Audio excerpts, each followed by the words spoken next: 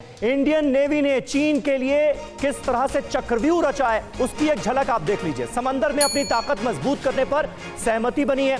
सुंडा स्ट्रेट में भी भारत तैनात करेगा शिप्स, यह तय हो गया है। चीन पाक तोड़ नहीं पाएंगे इंडियन नेवी का यह चक्रव्यूह, यह बिल्कुल क्लियर है। इंडियन नेवी की कमांडर कॉन्फ्रेंस का आज दूसरा दिन है।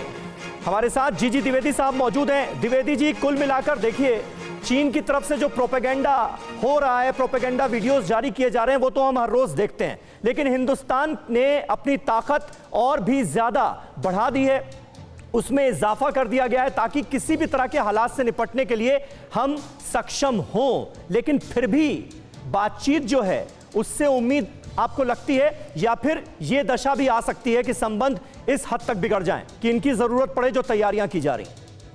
देखो समीर, मैं अपने अनुभव से बात करना चाहता हूं, क्योंकि मैं चीन में रह चुका हूं, डिफेंस अटैची, और पूरी LAC पर मैंने काफ़ी सर्विस की है।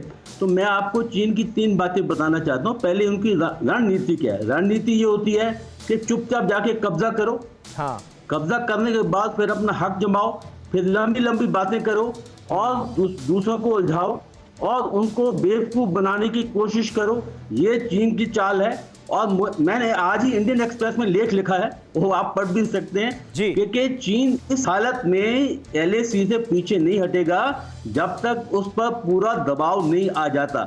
इस समय चीन जो है उसको टैक्टिकल एडवांटेज है, उसने वो जो चोटियां पकड़ी हैं बहुत अहम चोटियां हैं और उसको आसानी से नहीं छोड़ेगा। बातचीत का जो लहजा है, मैं खुद भी जब चाइना में था, JWG की बातचीत होती रहती थी।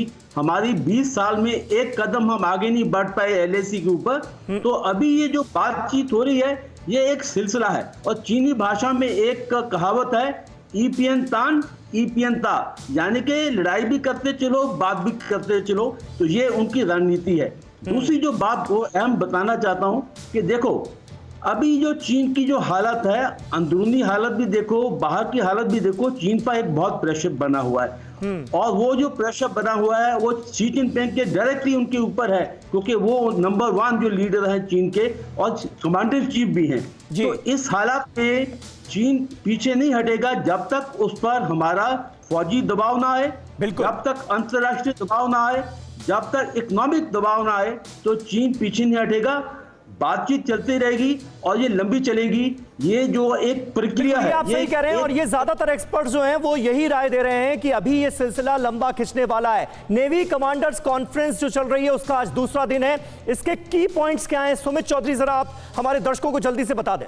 देखिए, आज दूसरा दिन है कमांडर कॉन्फ्रेंस का। ये रूटीन बैठक होती है, लेकिन इस समय जब ये बैठक की जा रही है, ये इसका सबसे बड़ा इंपॉर्टेंस है। खासतौर पे खुद कल रक्षा मंत्री वहां पहुंचे थे, CDS वहां मौजूद थे। और समीर, एक इंपॉर्टेंट बात यह है कि भारत अपनी क्षमताओं में अपनी मजबूती किस तरीके से कर सकता है, ये इसका सबसे बड़ा रिव्यू होगा, क्योंकि सारे इंडियन नेवी चीफ जो होंगे, उसके अलावा सारे टॉप कमांडर्स वहां पर मौजूद होंगे। और जिस लगातार हम अलग अलग स्पॉट्स की बात कर रहे हैं, ये वो चोकिंग पॉइंट्स हैं जहां से भारत चीन को काउंटर कर सकता है या फिर उसकी लगातार जो विस्तारवादी नीति है उसकी रोकथाम कर सकता है। और सुनिंदा स्टेट, जिसकी मैं आपको बता रहा था, ये सबसे एक इंपॉर्टेंट रिजल्ट है, क्योंकि यहां पर कभी भी डिप्लॉयमेंट की गई थी, लेकिन मेजरली क्या डिप्लॉयमेंट की जाए और चीन के मुकाबले कितनी डिप्लॉयमेंट की जाए, इसको लेकर सहमति बनी। और ये इंपॉर्टेंट इसलिए भी है क्योंकि चीन के लिए ना सिर्फ ये जगह विस्तारवादी चीजों के लिए बढ़ाने के लिए, बल्कि उसके इकोनॉमिक इंटरेस्ट भी इन स्पॉट से जुड़े हुए हैं।